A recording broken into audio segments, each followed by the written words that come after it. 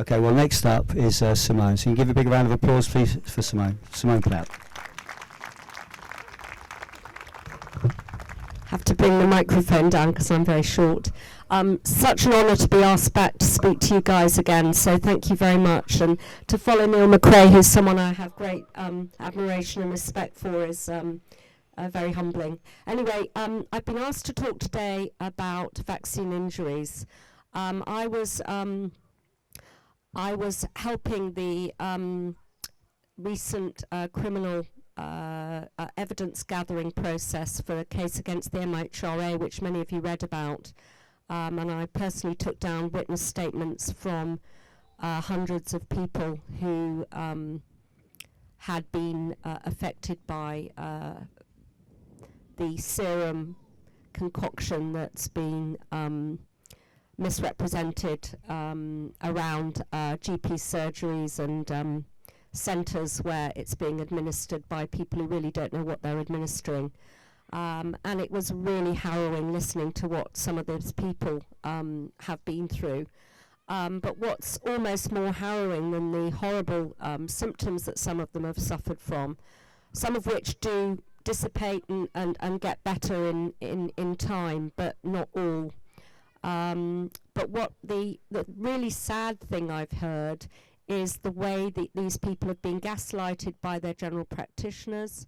They've been, one of them described being found on social media, and then her posting about her joy in getting her vaccine, and then next to it a picture of her bemoaning the fact that she'd been vaccine injured, and the harrowing effect that's had. Now, I've seen those posts where, you know, someone's celebrating getting their vaccine and then a few days later they're bemoaning the awful symptoms they've had, and I was thinking, well, you know, I'd sort of thought, well, that'll help prevent other people taking it, but I hadn't really thought about the horrible effect that might have on those poor unfortunate people who've actually been vaccine injured. And so that's something that was quite a wake-up call. Anyway, if any of you know someone who's been vaccine injured, and I'm sure that is true for many, many, many of you, what is so harrowing for us who know what the link is, you try and talk to them and they think, oh, no, that's not the cause. It's just coincidence, which is, of course, what they're being told. They think it's just coincidence. So that's really the first hurdle that we've got. But there is a lot people can do to help themselves if they are unlucky enough to be vaccine injured. I'm just going to read out a particular link to a website. Let me just find it. So the worldcouncilforhealth.org /resources. So worldcouncilforhealth.org /resources /spike-protein-detox-guide. And there's a whole sort of summary of the kind of things that people can do. So that's just one. The other thing which I came across at the Better Way conference last weekend, and that's this book written by Caroline Pover, who is she was one of the unfortunate people who's been vaccine injured, and she's written a whole book, COVID Vaccine Adverse Reaction Survival Guide, which is a really good. I've read the book from cover to cover using my knowledge as a naturopath and nutritionist, and it's absolutely solid what she's written. But if you know someone who's been vaccine injured, the best thing really for them to do is to contact a naturopath and get some advice from somebody who's a complementary medicine practitioner, because allopathic conventional medicine unfortunately has no treatment available for these unfortunate people. They may have some symptom management options and some medications, but they don't actually have strategies to help people detox from a medicine that has triggered all kinds of health issues, which is really, really unfortunate. Now, you may wonder how on earth a naturopath, and I'm one of those people, would be able to give advice to someone who's been affected by this health problem when it's so recent. But actually, post-viral syndrome, or ME, or tired all the time TAT, or chronic fatigue syndrome, these are bread and butter everyday conditions that naturopaths and nutritionists and acupuncturists and all manner of complementary alternative medicine practitioners have been treating people for many, many years.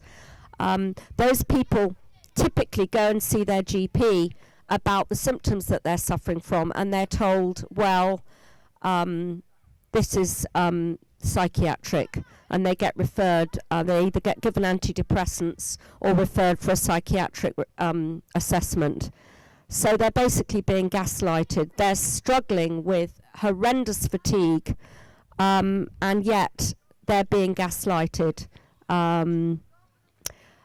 When I did my nutrition master's degree, I actually looked at fatigue in multiple sclerosis. Multiple sclerosis is an autoimmune disease, which many of you are aware of, and many people suffer from in countries like Britain, which is quite a long way away from the equator, where we get low vitamin D levels. And it's one of those diseases that the further away from the equator you are, the more likely you are to have it. And so these kind of autoimmune diseases or conditions, one of the symptoms is frequently fatigue, and that's one of the most harrowing symptoms of the post-vaccine syndrome. One of the things I've heard from many of the people who've struggled with this is that they've been sent to the long COVID clinic. So they're post-vaccine injury, but they're referred to the long COVID clinic, and yet their symptoms arose after the vaccine rather than after having had the COVID-19 infection. So it's almost like a gaslighting, because they're told, oh, you've got long COVID. The fact that it was actually a vaccine injury is being swept under the long COVID clinic carpet, and it's yet another form of devaluing the problems that they're having to deal with. Many people have talked about sort of a change in personality, but if you've been badly injured and you voluntarily rolled up your sleeve for a vaccine, and you've gone into grieving over the fact that your health has been badly damaged, it's not surprising people are struggling with a lot of rage and grief and regret.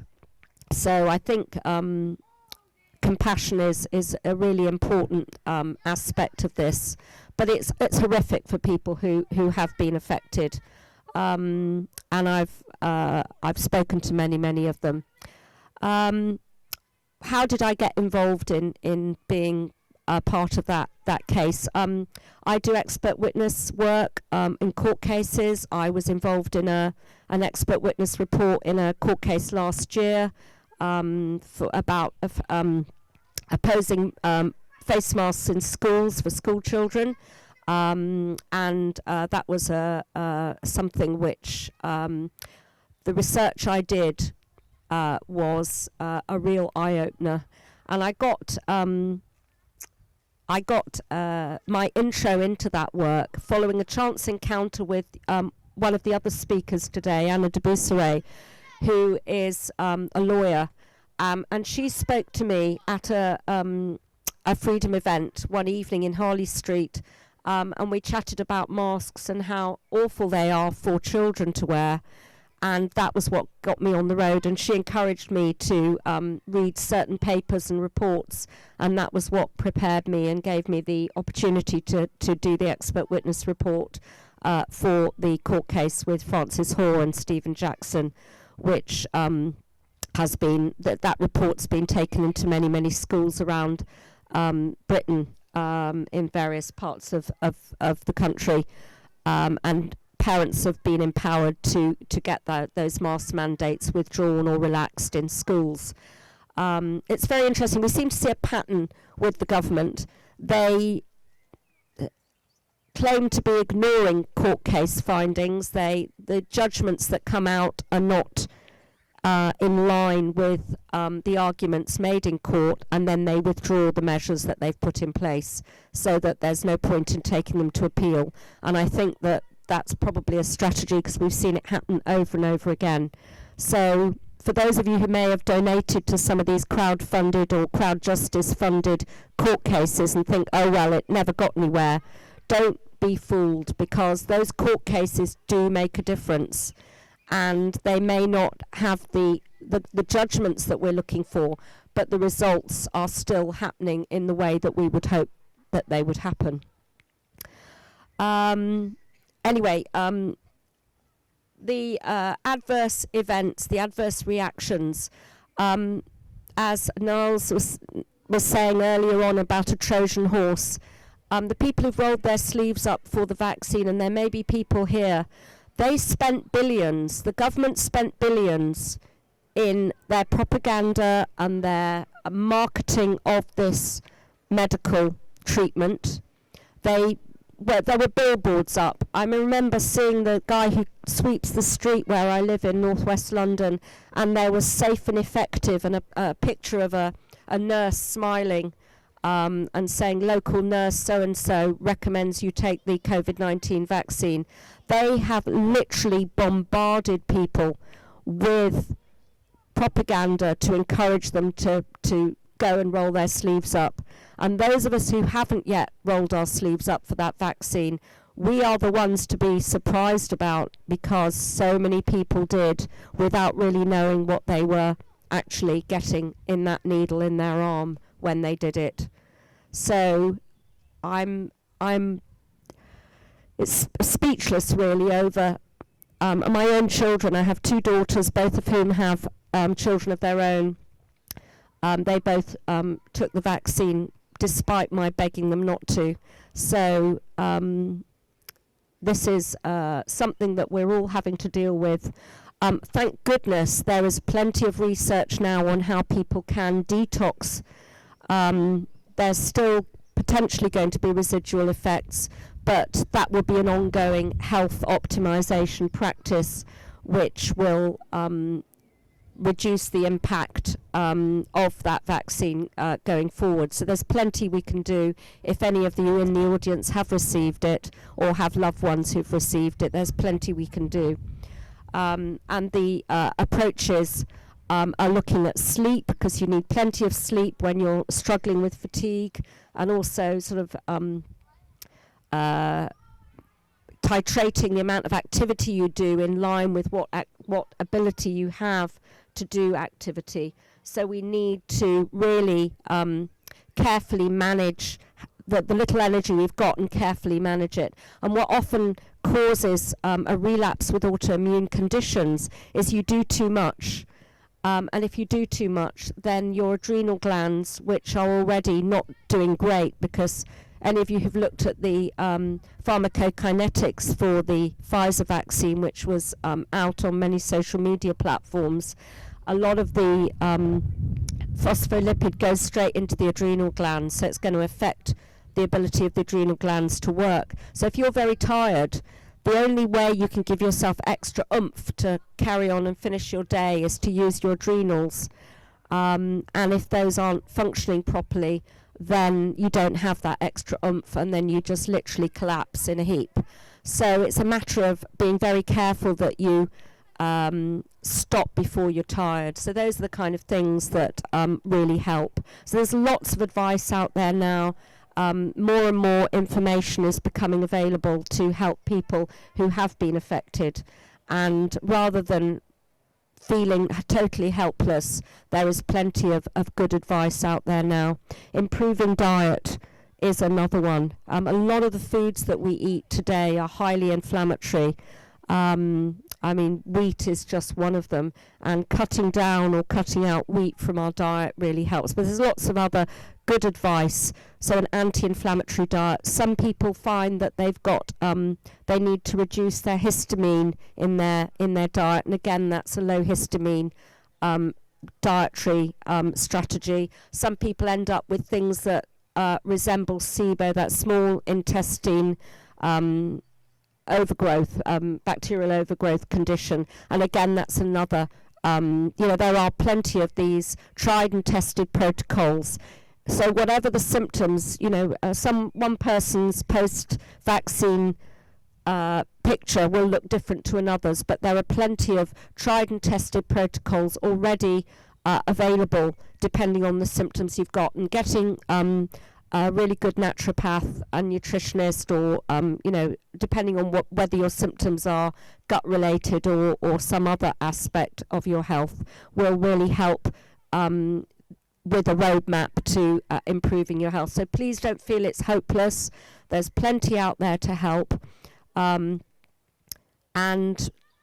I really urge people. I had a big wake-up call from hearing from the people who've been through this horrible experience of someone taking their social media pictures where they were celebrating their vaccine, and then they're bemoaning their injury, and they felt that was really hurtful. So I've learnt something about that, and I'm going to be much kinder about how I deal with people who've taken up the injection, because the government spent billions encouraging people to do just that.